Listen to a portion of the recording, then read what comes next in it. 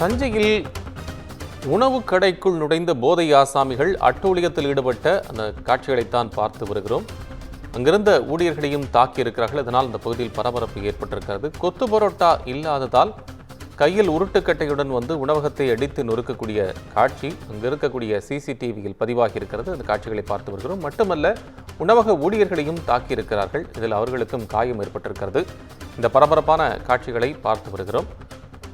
மது போதையில் இந்த இளைஞர்கள் அட்டகாசத்தில் ஈடுபட்டிருப்பதாக விசாரணையில் தெரிய வந்திருக்கிறது. உருட்டுக்கட்டையுடன் வந்த அந்த இளைஞர்கள் முகமூடி அணிந்து கொண்டு கடையை சூறையாடியதோடு மட்டுமல்லாமல் கடையில் இருக்கக்கூடிய ஊழியர்களையும் தாக்கியிருக்கிறார்கள். இதனால் அந்த பகுதியில் பரபரப்பு ஏற்பட்டிருக்கிறது. விவரங்களுக்காக தஞ்சை மாவட்ட செய்தியாளர் சரவணன் இணைப்பில். சரவணன், இப்போ இந்த கடைக்கு இந்த இளைஞர்கள் தாக்கக்கூடிய காட்சிகளை பார்க்கிறோம். காவல்துறையினுடைய நடவடிக்கை என்ன?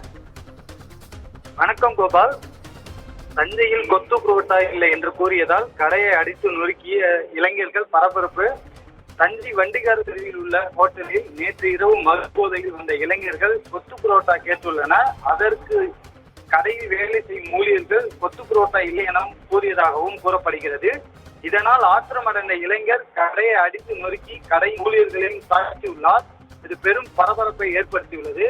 இதை குறித்து கிழக்கு காவல்துறையினர்கள் வழக்கு பதிவு செய்து விசாரணை நடத்தி வருகின்றனர். தற்பொழுது மது போதையில் இருந்து இளைஞர்களை கடையில் தாக்கும் சிசிடிவி காட்சி தற்போது வெளியாகியுள்ளது. இதனால் பெரும் பரபரப்பை ஏற்படுத்தியுள்ளது. பொதுமக்களிடம் அச்சமும் ஏற்படுத்தியிருக்கிறது.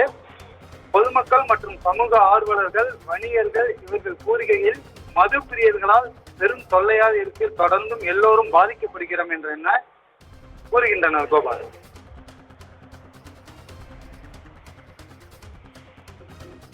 நன்றி சரவணன், உங்கள் விவரங்களுக்கு நன்றி.